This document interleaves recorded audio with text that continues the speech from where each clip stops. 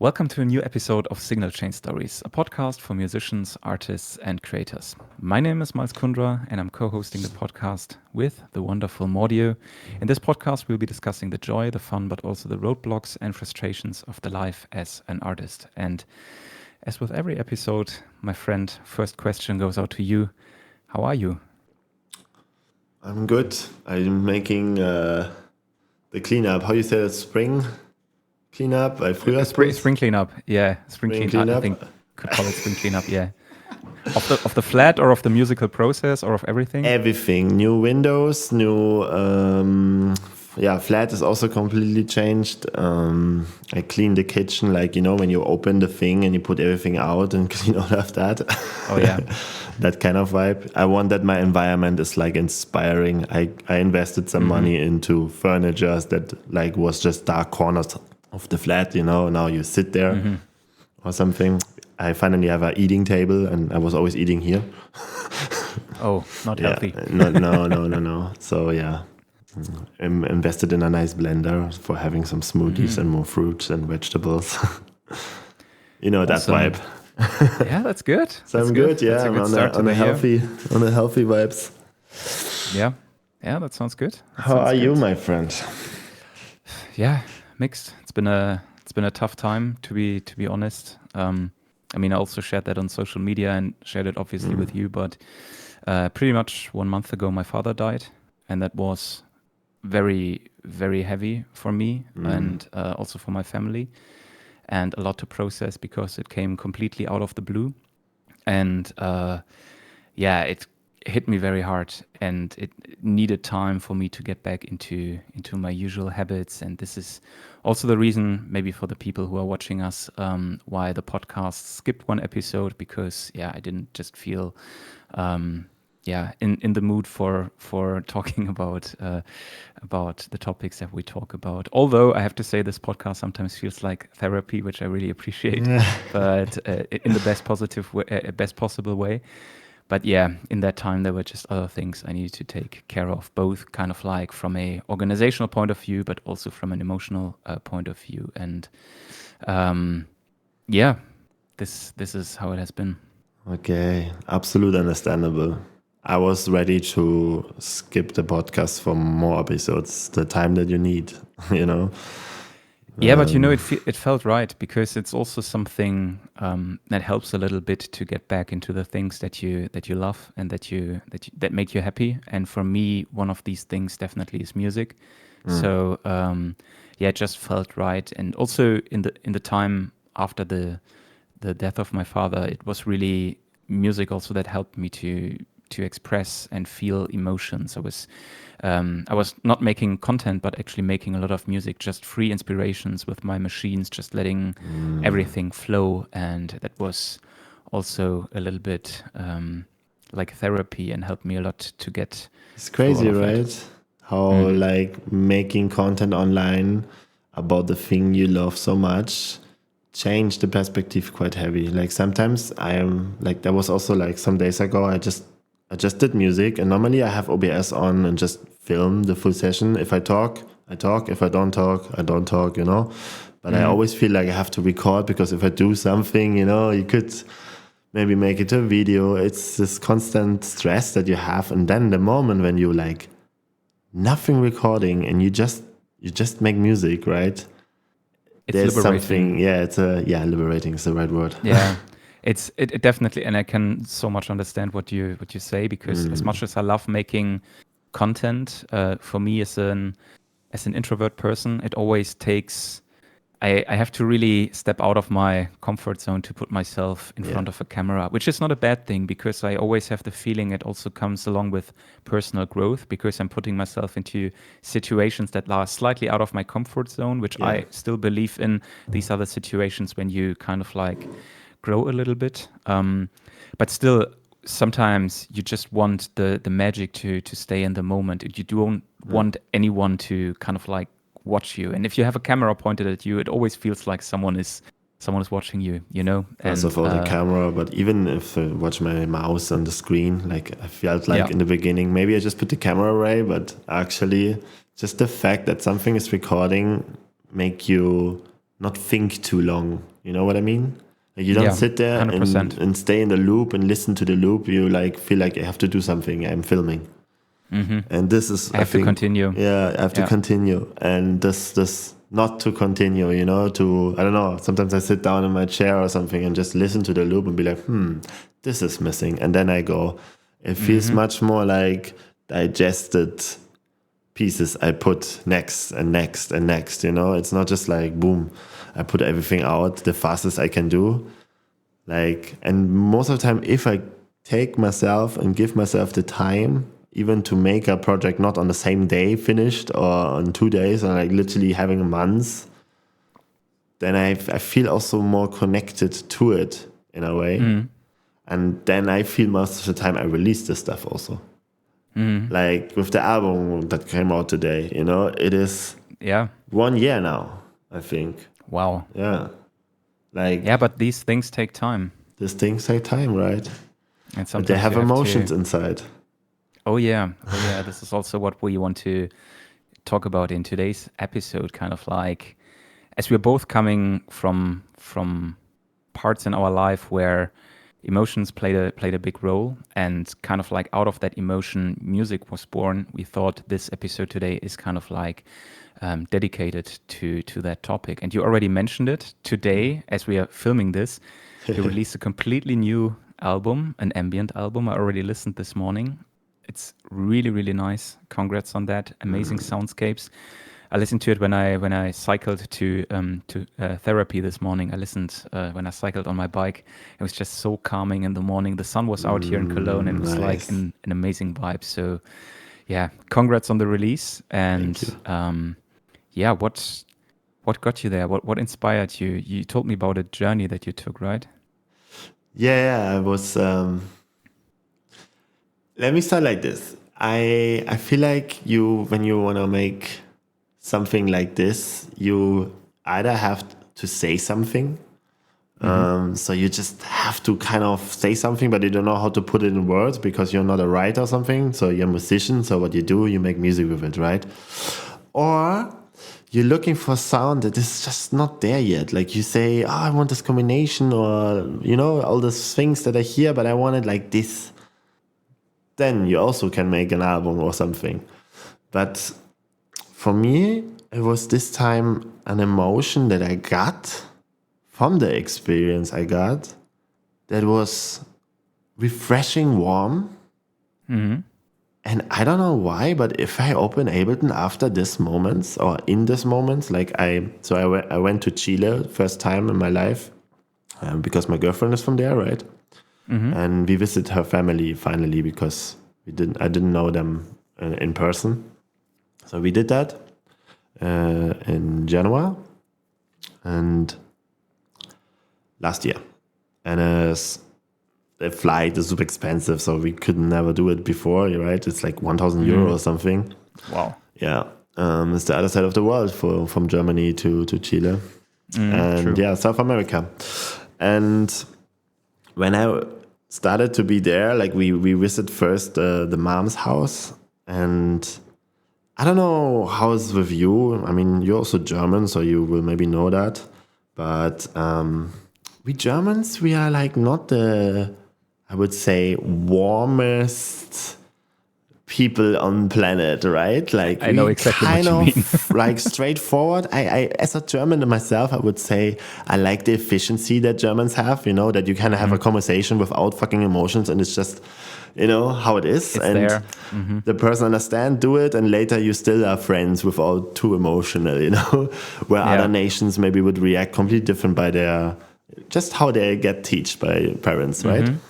And Yeah. I would say we are more colder. So when I went to South America and this family just, they know that I'm the boyfriend for 1 year. This is nothing, right? I mean, I was not expecting anything more like a handshake and like, hi, so this is me finally. Nice to meet you.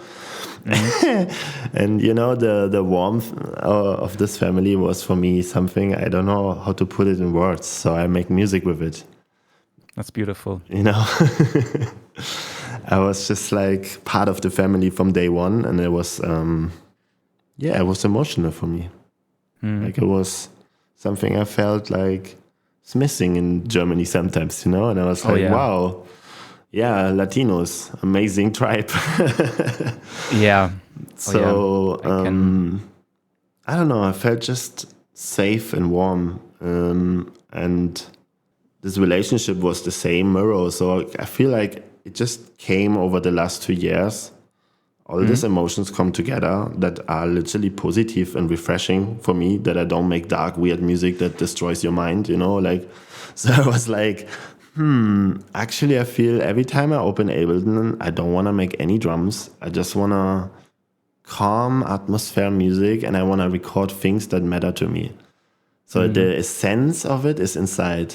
And when I realized this, I realized that I want to put this feeling into sound, and I found my workflow. I record things, and then so I started to record in Chile a lot of things because I got this new headphones that like a binaural mics, right? So you have a left and a right, and your ear shape is the membrane, kind of. So what you hear is what you record. The stereo image is extreme, right? But it's literally, you are there. When you close your eyes and you put that in headphones with noise cancelling or something, you close your eyes, you think you're sitting there. Because you can hear the wave falling from left to right, like, Okay, that's cool. And it's crazy. So I was just fascinated by the technology, right? And I was there, so I wanted to record everything because everything sounded so far away, because I was so far away. Like even the birds was like, what? So I recorded a lot of things, and when I put the sounds together with this workflow that I felt like I want to do and try, the concept was already there. It's 9 tracks, and I just need to make ambient right now. And what kind of ambient I wanted to do was that feeling. And it was really soft and calming, like nothing wants to hurt you, really. And in the end, it became a little bit like what I think love is. So it's really cheesy, but love is like an up and down. So in the album, I also have moments where it started to be tense, but it's getting better also, Mm-hmm. And like a relationship. Like a relationship with everyone, even your parents, it can be in the end a happy end. You never know, or like whatever, Absolutely. Yeah, 100%. That's very interesting, because I think when you let emotions guide your music, it sometimes takes you to places where you wouldn't have gone if you just follow, all the different genres. They have these, how do you say that, kind of like, genre kind of like constraints, where it's like, okay, a song needs to be this and that, and then the kick needs to come in there, the drop needs to be there. And sometimes when you make music like that, it feels very, very limiting. I think It can be nice to give you a structure, but I think if you really want to put out emotions, this is also what I did the last couple of weeks. Basically the same approach as you took, like ambient music, just let it flow. And then I had sessions here where I went for hours just trying around with just some stuff where that was also not really loops, but just some buttons I pressed on my synthesizers, and then the reverb tail was just very long, and I played it into each other, and then it started to evolve from there. And it was really, really a different approach than I usually take, but it was great to just let emotions out. As you say, just put the feelings that you feel and can't really express in words, you just put it in music. And I think that's always the moment when something special happens. One question. Did you, when you sit down and said, okay, I want to make music now, did you get like a kind of guidance from that emotions? Like, okay, this time I will make an cross modulation and cross patching. So the stuff goes all in each other. So I make something completely different than normally because I never do this, or something like this. Yeah, absolutely. It was something very.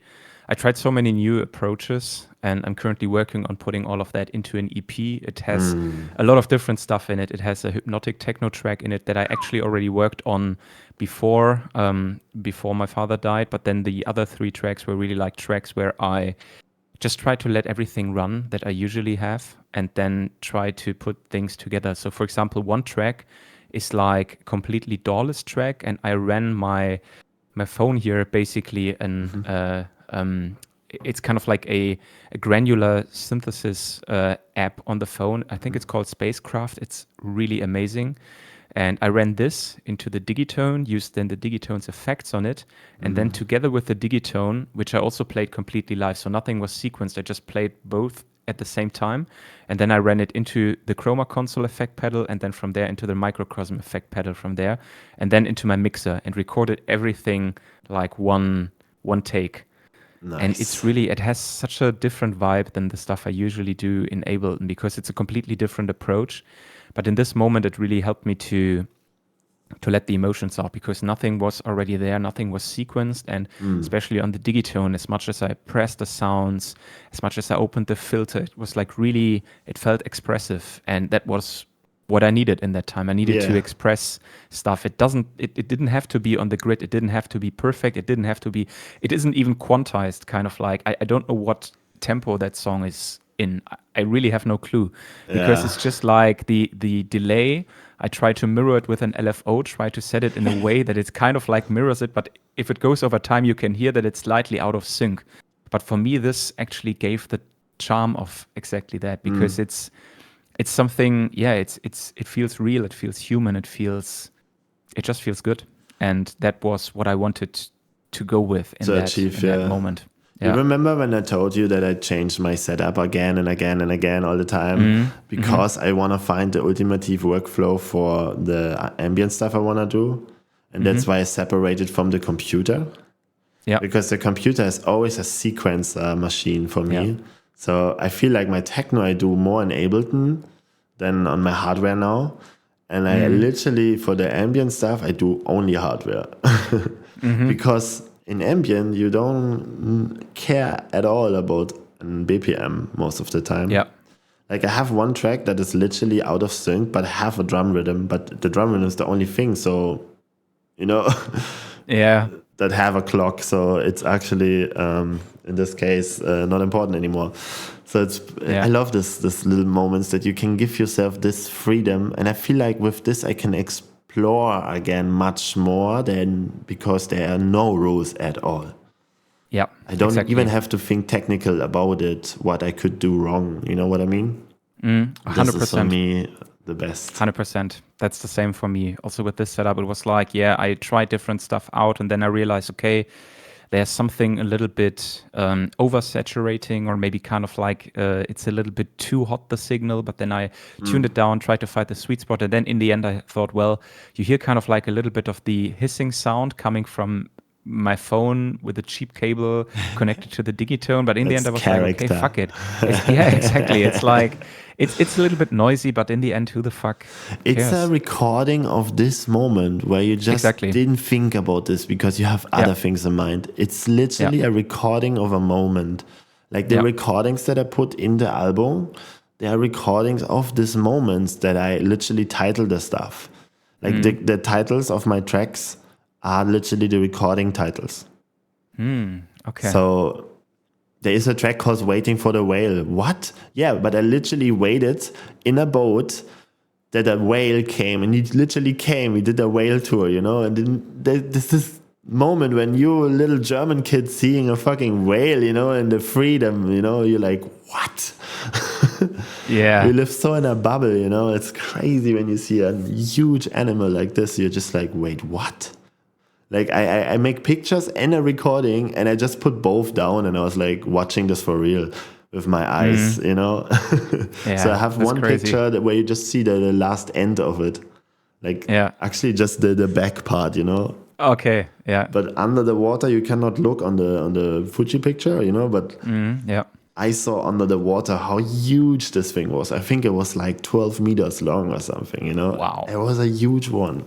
That is insane. That is insane. And our boat was really close. And I have a recording of this like moment where we waited. When we waited long, Yeah. It was just like this from the boat, Yeah. I love this calming sound. It was so calming. We all like shut up because we wanted that they come. And then you just hear this noise. Yeah. I was actually wondering when this morning I listened to this track, I stumbled across the title and I was like, And then I thought, because you told me that you recorded or kind of like a lot of the sounds in Chile, I thought maybe he was actually really waiting for a whale. So Yes. yeah, that's great. That's Yeah. awesome. So all of the tracks are like kind of inspired by the text for like the title was really just the recording, and then when I just like said something really fast, I took this essence and make it maybe a little bit more beautiful from the words. But in total, most of them, like Waiting for the Whale, was literally that. Yeah. Yeah. And I like to, you know, like give how you say that in English, die Züge weggeben, weißt du? So. That's a hard one. I would say probably to to just maybe just to let go, Yeah, or something, I think that's totally what you could kind say. of like lose control or let control go a little bit. Yeah, so you that you're kind not of you have intuition moments in your little decisions when you work with this project, and you're like, let me try this. There was an idea that I just randomly got, and I'm like, nah, I cannot do this because of. And before you start going on, you just do it. Yeah. Then it's an album, you know? Then you put emotions in. Like, I feel like this is like the sense where you have to look for, do I just add to the noise right now? How to make this kick like sounding like this and this DJ? Or do I just really do art right now? And I think when you have these moments where you feel like, wait, this is weird. I could do that, but I can't. Then you do it. Yeah.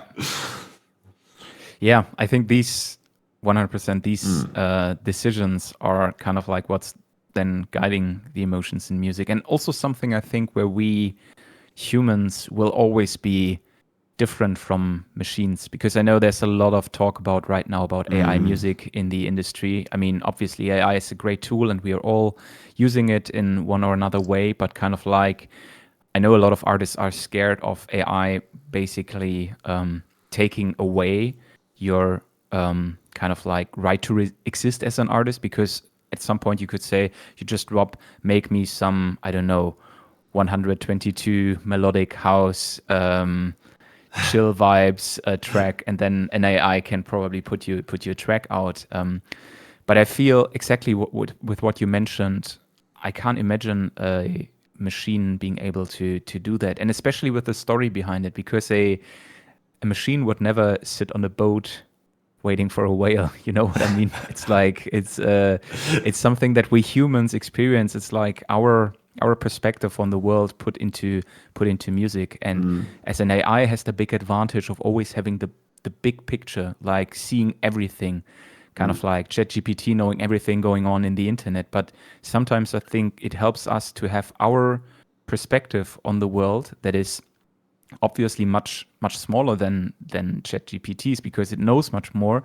But this smaller perspective then is the personality, and this is what we can bring into the music and what makes our art special and what gives our art a story to tell. Because the story with the whale is a great story to tell about that track and about the album as a whole. I feel like you.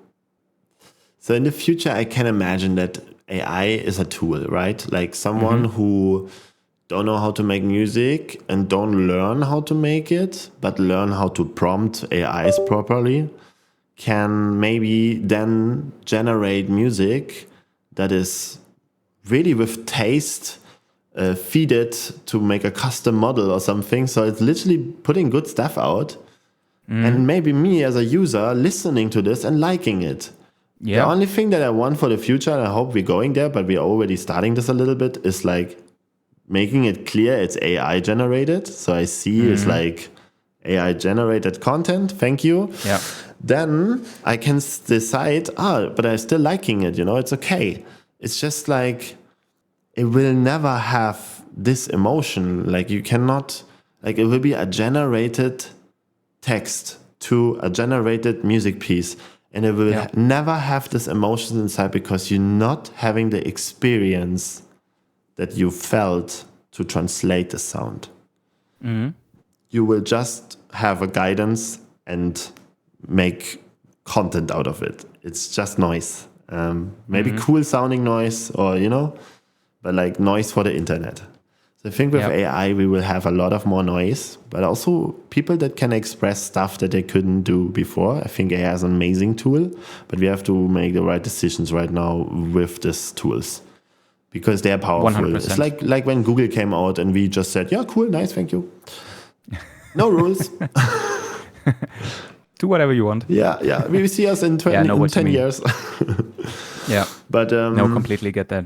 Yeah, that's a very good point. And I feel especially the label for AI is definitely important because really important, sometimes yeah. or in the future I also want to know and make a deliberate decision on kind of like what I listen to, because I'm always when I discover artists, I'm kind of like that person. When I discover an artist that I really like, I dive deep. And diving deep also means I want to know kind of like who that person is, what is their inspiration, what is kind of like the background, where are they coming from, why does the music sound the way it sounds? You know what I mean? And this is, for example, just recently I discovered I forgot the name, a female Japanese artist duo. They also make some electronic ambient mixed with very weird influences, at least for my hearing habits, weird influences. And I really liked it. So I dove deeper and kind of like explored where they came from, how they got musically educated and all of that stuff. And I think something like that is truly beautiful and is really something where I connect deeper with the music. And I feel if then it's AI generated, it would be a bummer for me to say, okay, there's not more to explore. And also like not that you have an artist where you say, okay, where this piece was created, you need to find more. But AI, the next prompt you will type in might sound completely different. So it doesn't have kind of like a typical style. Or we will see that in the future. I mean, who knows? Maybe we'll see AI artist avatars and they put out kind of like music in But then again, in a similar style. then again, you start following this AI generated music with the AI generated concepts of the albums, with AI generated posts, and you kind of like the vibe that they kind of try to build inside, but someone is curating it. So you're following again a human artist that just curating AI content. You know what I mean? Like we cannot go in this meta area because it's just something that AI cannot do. Punkt. Yeah. It's soul. True. Yeah, I think so. I think so too. I think this this flow is just like something, We need a curation from with machines. AI. We need someone who tells the AI what to do for now. So I think it's in this case there will be never something that will be like without a prompt. You know, there's no stuff coming out. This is just a fact. True. Yeah. Sure, they can maybe talk to each other, but then they don't get this like inspiration what the artist wants now, like generate me really nice violet, something liquid for my music video. Cool, you can do it and it looks amazing, what you could never do before, right? But then it's you putting that it have to be violet, that it have to be liquid, that it have to be, you know, otherwise the thing would be like music video, okay, bloop, and then you're like, what? What is this? Yeah, you're right. I think it always needs a curator. It's a little bit like you could compare it. I mean, right now we're all using samples, sample loops and all of that stuff. And it's probably a little bit the same because it's some sounds that are already there. It's not kind of like something that we created completely from scratch, but it's something where we as curators choose the sounds that we find inspiring. And I think that will be the same for AI. Yes, there's also this thing in the Eurorack world where people say self-play patches are cheating. And I hate that when people say that because I feel like you are curating. You say, look, I built this patch. Now this thing is generating music. First of all, I built the patch. Second, I decide where I put the sweet spots. And third, I decide when to record. Yeah. So this is still art, Good you know? points. Yeah. Very good points. Very good points. I read about who was it? I think it was it Jeremy Blake? I think it was him when I heard him talk about his. I think it was Robots into Heaven was one of his last records, and there he worked a lot with Eurorack. And I think in one interview he said that working with Eurorack is super hard because he built, exactly as you said, all these self-generating patches. But then he said sometimes he just hit record and then he played around with it and recorded for hours. And then he said the hardest part actually was that he had so much material that he needed basically then to curate and go through and then really pick the small pieces. Sometimes he said it was just like 5 to 8 seconds out of a 2-hour recording that where he said, this is the sweet spot, this is where I exactly hit it, and this is the one that I will use for music and turn into a full song or something. And I think that's exactly the point. There's, as you said, there will be a lot of noise being put out, but it's on the artist to define what of that noise is actually making the way into the music and what really is it that sparks your emotions. I love how we switched from emotions to AI. But we kind of like make the way back. Yeah, it's like closing the circle. Absolutely. Full circle moment. Schön. Awesome. So I would say then for you this time, making this EP that you're doing right now is more like let emotions out to clean the mind. Yeah. Right? 100%. Yeah. It was when I started the project, it was not really a project or anything. It was really just I want to make making music. Yeah, just music without any intent. I wasn't even planning to make an EP or something. It was just really I turned to the machines and Ableton was closed, or at least when I didn't use Ableton. But basically, I tried to close everything as much as possible and only focus on what's there. And then at some moments, I tried to bring in some other elements and then see how they work together. It was really an exploration approach and going with the flow instead of overthinking, because I'm a person, I tend to overthink with my music, but this one was really kind of like just following along and see what happens. And yeah, then it turned into these basically 3 ambient tracks and also the hypnotic techno track that I already had before, but then finished in that process. And it kind of like all felt natural because it all kind of like came together. I had then fun to work on hypnotic kind of like repeating stuff, which helped me a little bit. Like it was a little bit like meditation, because for me hypnotic techno has something very meditative because it's so repetitive and it's just something, it gets you into this vibe into Don't let me you know it, start. you know it perfectly, I know. What's the most used word in my vocabulary like for 2 years, I think? hypnotic. Everything was hypnotic. yeah hypnotic. And yeah, for me this kind of like is a little bit meditative. It's like Absolutely agree. Putting your mind at ease. So that was kind of like the one intent, but then the other one was obviously to let out emotions, to express what I did feel during the time losing a loved one, and what I wanted to bring out, but couldn't, as you say, put into words. So I just channeled it into music, and it really helped me. And then I came to a point where I said, okay, maybe I should take the material that I just made and put it into an EP, and I recorded bits and pieces. And yeah, it's like very raw recordings, sometimes just one stereo take recorded. But yeah, I just like how it is. And then I mix it a little bit, and then we'll send it out to mastering, and then hopefully to have it released soon. Because for me, this was one of the most honest moments making music, because it was just like me and the machines connecting in that moment and just letting it flow instead of really thinking about genre boundaries or anything like that. It was just like going with where the music directs you. And I always have the feeling that not only doing such music, but also listen to such music in that time. I also listened to a lot of ambient music. I listened to a lot of the early works, for example, from Rival Consoles, where he just kind of like really explores his stuff, and the music is just very expressive, and it feels like it's just flowing along, and that just has helped me so much in that time to get along with my feelings, get along with my emotions, and help me to stabilize again and kind of like finding the way back into life. And yeah, I just want through the release also to maybe other people are feeling the same thing. For me, it would be the best thing, honestly, if someone listens to that EP and kind of like feels a little bit of the same liberation that I have felt, the same kind of like freedom to let your feelings just go, to cry, to laugh, to whatever do that helps you to take that pressure out of your body that is just You in say there, it the so sadness and all well. of that.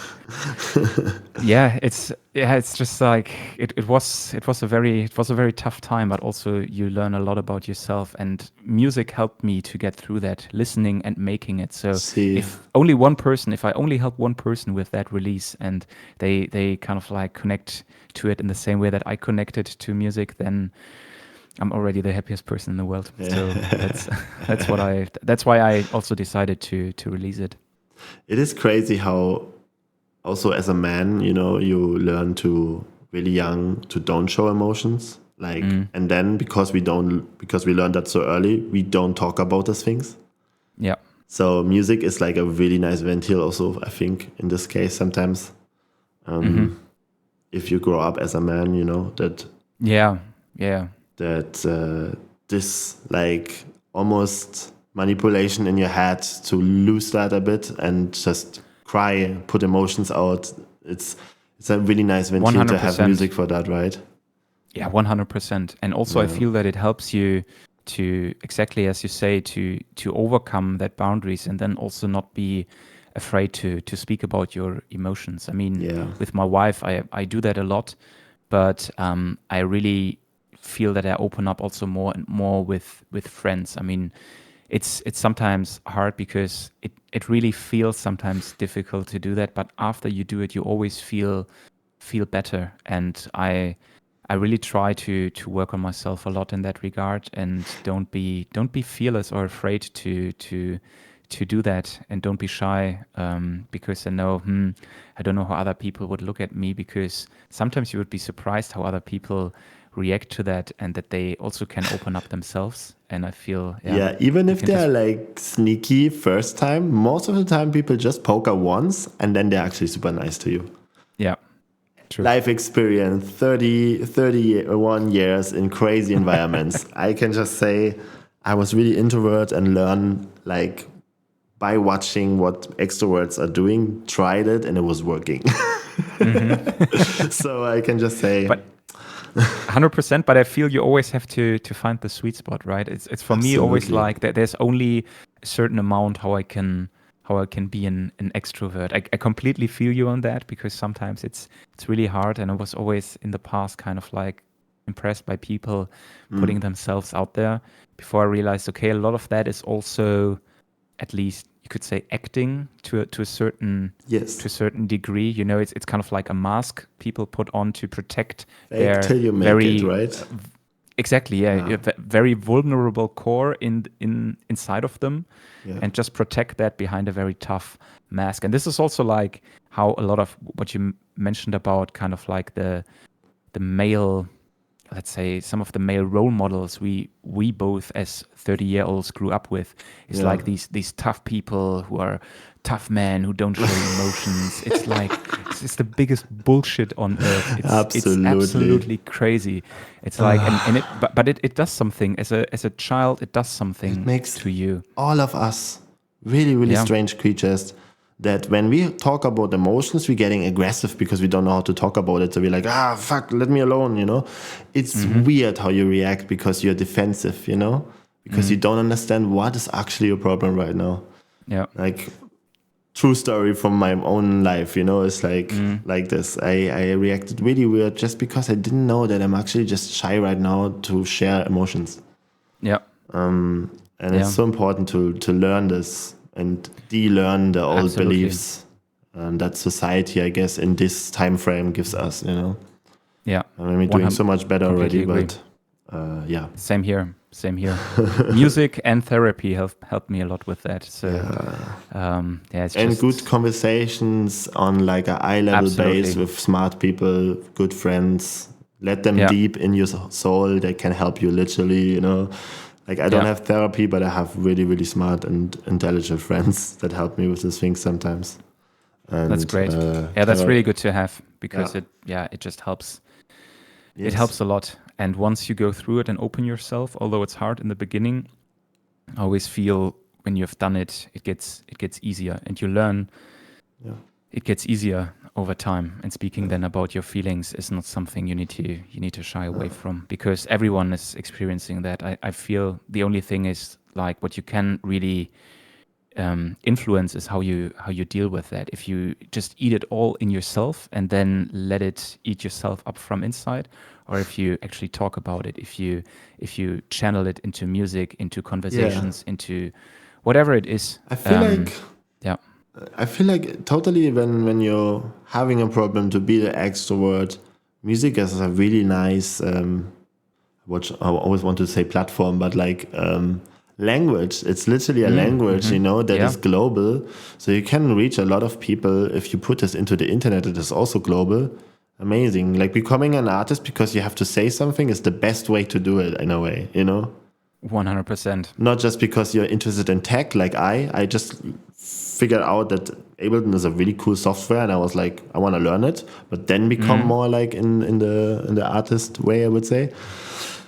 But like if you come from the beginning that you want to express some feelings and you want the medium to do that, and you're not the writer, you're not the talker, totally because you're shy or something. I think music is so abstract and nice still, but you can say a lot. Like, I mean, every person can be hard as fuck in the soul. If you play the right chord, they're getting sentimental. Yeah, and this is a power. This is a power that I always think fascinate me. 100%. But what you said about kind of like the tools and the platforms, I think it's still important, because if we stay with the language, I think like it's also a language you need to learn, and learning means also kind of like how you can use it for yourself to express yourself. So kind of like learn the instruments you're interested in, learn the sounds you're interested in, and then you can use what you have learned to express, like you said, the thing that you have to say, that your perspective on the world. I think that is then the thing that you then need to put out and say, okay, this is my view on the world and this is how it sounds like. And I think then you have probably something magical. Yeah, man. Wow, there's a lot you can talk about feelings, but you it's crazy how we swipe from that to AI to growing up as a man in society later. That was a worst one, but this is like why I say this feels like therapy. You know, you start with one topic and then you feel there's so much more to explore, which I think is absolutely positive. Yeah, I mean, this is what I mean with music. That's why we all started, right? We felt we want to do this to express something, and we're still doing it. We feel like on the way you're sometimes losing it because it becomes so technical and so much like, I mean, I just mentioned gas or something syndromes, you know? Yeah. But when you come back to the essence why you're actually doing this, it's like a little bit like having a Windows computer. You always have to reset it at some point. It's just getting slow, you know, over the year, and you just reset it. So and like this, or the flat that gets dirty, like this, I feel like sometimes you have to rethink what you actually want to put out, because sometimes you start to be in a routine almost of making tracks or something.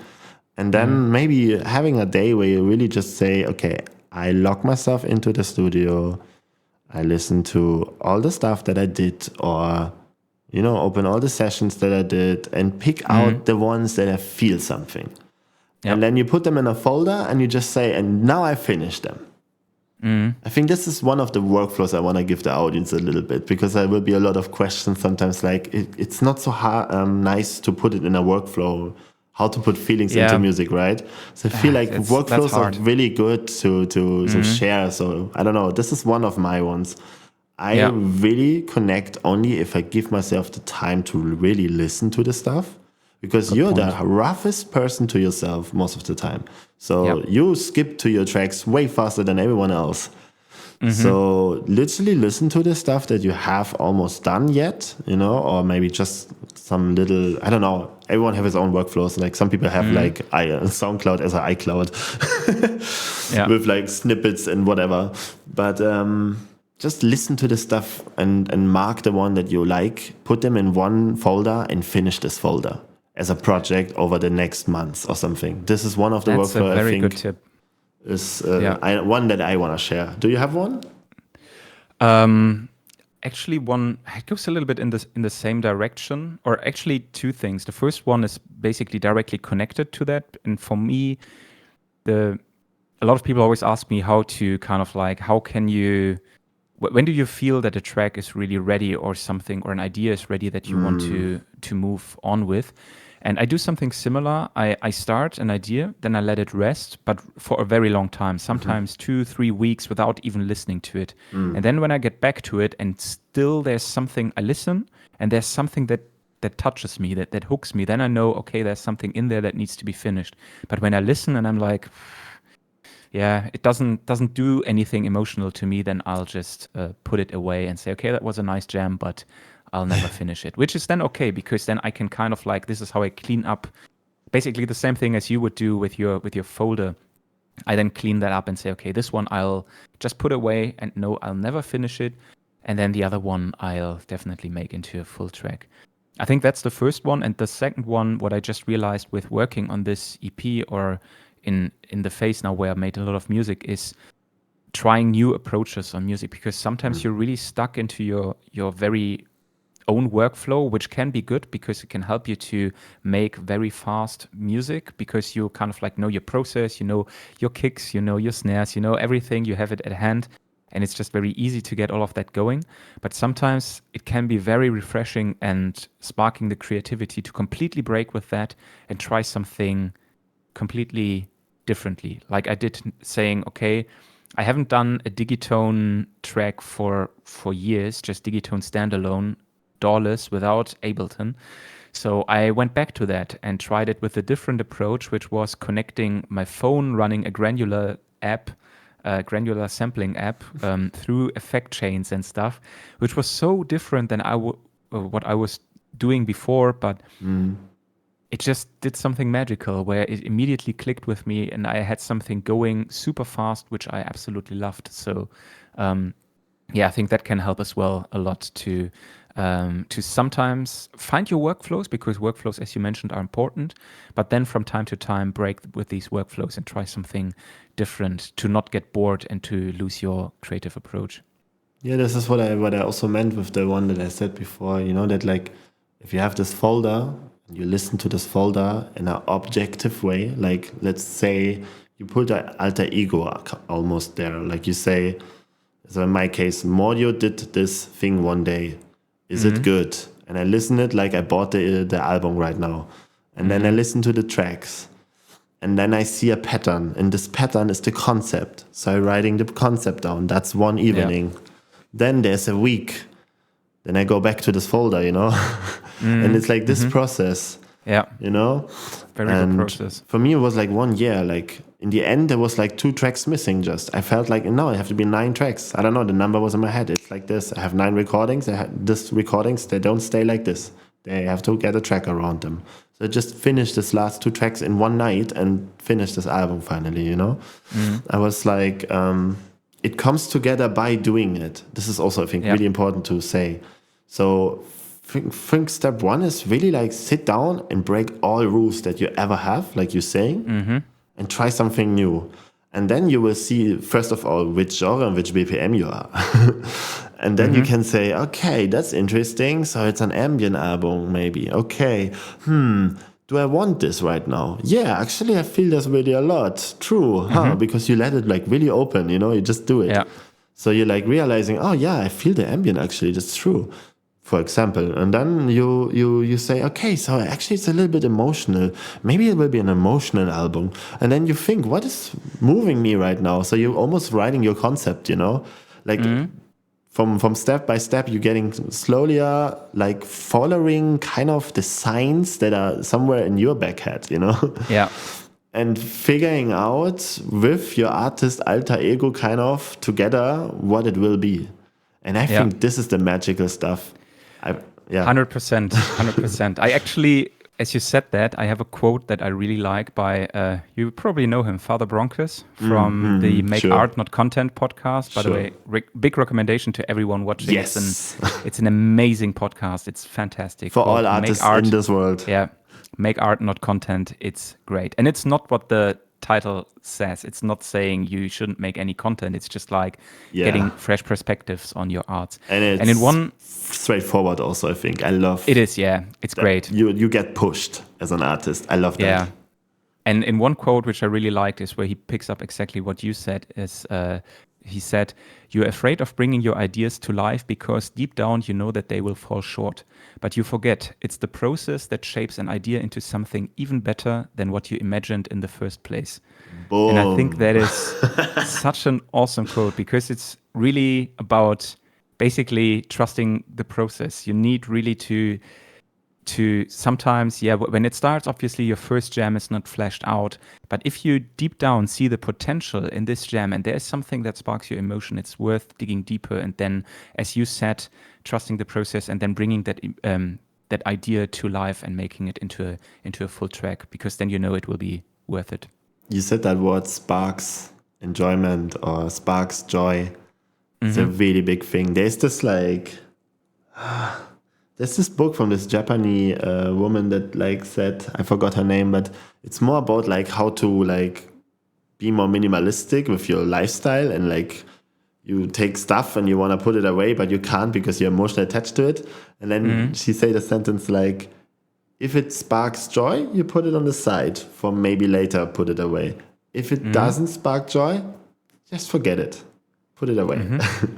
And I feel like sometimes with how many tracks we do, and how much projects you also collect that are just start points of something that you kind of felt, but it's a nice baseline. That you mentioned something that I think I hear not so often. So I was really proud when I hear it, but then you go for the next. You delete stuff. You said that, right?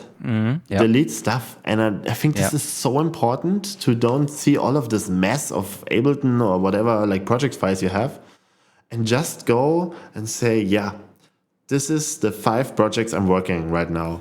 Now I feel like I want to work on this ambient project. Now I feel I want to work on this techno project. But you never have 15 techno projects, No. Otherwise, you will never finish music. Honestly, I think I would be creatively paralyzed, because I'm a very seriously, I need very clean workplaces. If you look now here just below my camera on my desk, there's only the desk is super clean. There's only a glass of water, my consumer headphones for listening to music, my phone, and that's it. Apart from that, the table is completely clean, and of course my keyboard and mouse. But apart from that, the table is yeah, of course. But apart from that, my desk is completely clean, and so I also try to treat not only my physical surroundings but also my digital surroundings, because if I go into Ableton and see there's 20 started projects where I kind of slowly start to lose the overview of kind of what's going on where and what is the status there and stuff, it would completely, it gives me anxiety, honestly. It's something where I feel oh God, I can't stand this seriously. And this is where I then get creatively in a space where it doesn't inspire me at all. It's the opposite. It just completely turns me off. And then I'm okay, I don't want to work in that. So this is how I kind of trained myself to really do that process, where after a couple of weeks I revisit a project, and either it does something with me, then I'll keep working on it. And if it doesn't, then I just put it away, because I know it was kind of it's still something. It's not something that is lost, because it's still something I learned from this. Even if it was just building a drum loop, which I in the end then didn't like, but I experienced something new, I tried to express something new, and deep inside me I know I learned something new with this, so it wasn't kind of wasted time or something. Which I think a lot of people would think, then you don't continue the project, but it's actually, even if you don't continue, even if you make a deliberate decision to stop something and throw it completely away, it was not wasted time, because the process of you getting there was, you learned something. And then making the step to actually decide, okay, this is something I want to delete, is also, I think, already a big step forward. So you kind of start to get a feeling for yourself, is okay, this music, I'm feeling something, and this, I'm not feeling anything. So I put this away and I'll keep this. And that helps me a lot, because as you said, if I would have more than 4 to 5 projects or tracks I'm working on at the same time, I would get completely mad. Maybe an album could be something I could feel comfortable with if I kind of like noted down which track is which and something like that. But apart from that, it's really like for me a maximum of 4 to 5 tracks I work on at the same time, and the rest is like deleted. Okay. Yeah, I have this like times where I just sometimes go into the mess and delete the rest. That's why I said I have this workflow. I pick out what is good and rest goes. Totally when I make my reinstall of Windows or Linux or where I am right now. And yeah, the main thing is literally the environment and the mental clarity of the digital space. I think this is such an important topic. Let's make an episode about that one too. I think there's a lot to talk about. I would love to do that too. I would love that.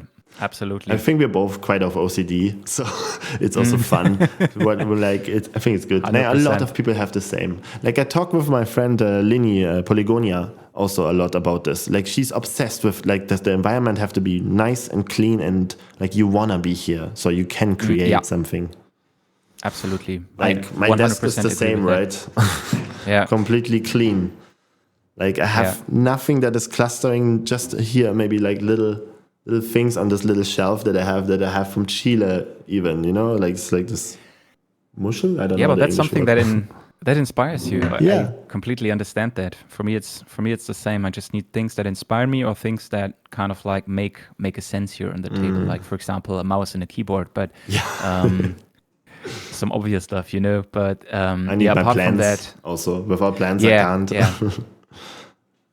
Same. But I mean, obviously they are fake plants, but still they give the room some nice ambience and vibe. So absolutely important. A little bit of green, right? Yeah. I'm just 100%. Lucky that I have light. Otherwise they would all die. But before I also was in a cave. That's the problem I have in here, in my cave here. I got the same in my old flat. I was always dark. I mean, cool. Hey, I think that was enough, that right? Was, absolutely. That was a lot of topics, but actually felt very good. Nice. I'm happy you're back, really. I was missing it. Thank you, man. Oh, yeah, same. I was missing it, and now I'm very happy that I'm back, and I'm so much looking forward to also finally very soon meet you in real life, because I think we can already share that we will be going to Super Booth together, which will be absolutely amazing. So if any of you people listening are there, hit us up. We will be there. Probably all days, running around, filming, making podcast, and all the good stuff. Everything so we much can looking forward. Try to make there. Oh yeah, on that the will field. Be amazing. Yeah, Definitely. meeting with the crowd, the Schneidersladen people. You have to meet all of them. They're such a looking forward. Funny crew. Yeah, and also meeting with all the other music-related content creators. Looking forward to see again Aura Music, Trovasi, Bo Beats. All of the folks. I think that will be really cool. Yeah, I think we have international everyone there, I think, on that day, right? Yeah, a lot of people. Yeah. I love it. I want to see the good stuff from Torso Electronics. Oh, yeah. I hope they're there. Probably. Last year, there were so many brands there. It was impressive. So yeah, they're getting bigger and bigger. Yeah, pretty sure we'll find something interesting. A lot of things. And then we'll talk about it on the podcast. And then I will buy so much. Oh, God. Me too. Okay. Dan, should we wrap it up? My friend. Yeah, let's do it. Thank you so much. And thanks everyone also for listening to this, I think, very personal episode, but it felt good to talk about things like that and also give you some insights into our thought process. We hope that also helps you, gives you some inspiration for your projects. And we'll see us again now every 2 weeks, which I'm so much looking forward to. Yeah. And we're back. We're back. See you again in 2 weeks. Yes. And like, subscribe and stuff. You don't do it, so I do it. As always. we know you do it anyway. So, but if you don't, do it. Bye-bye. Bye.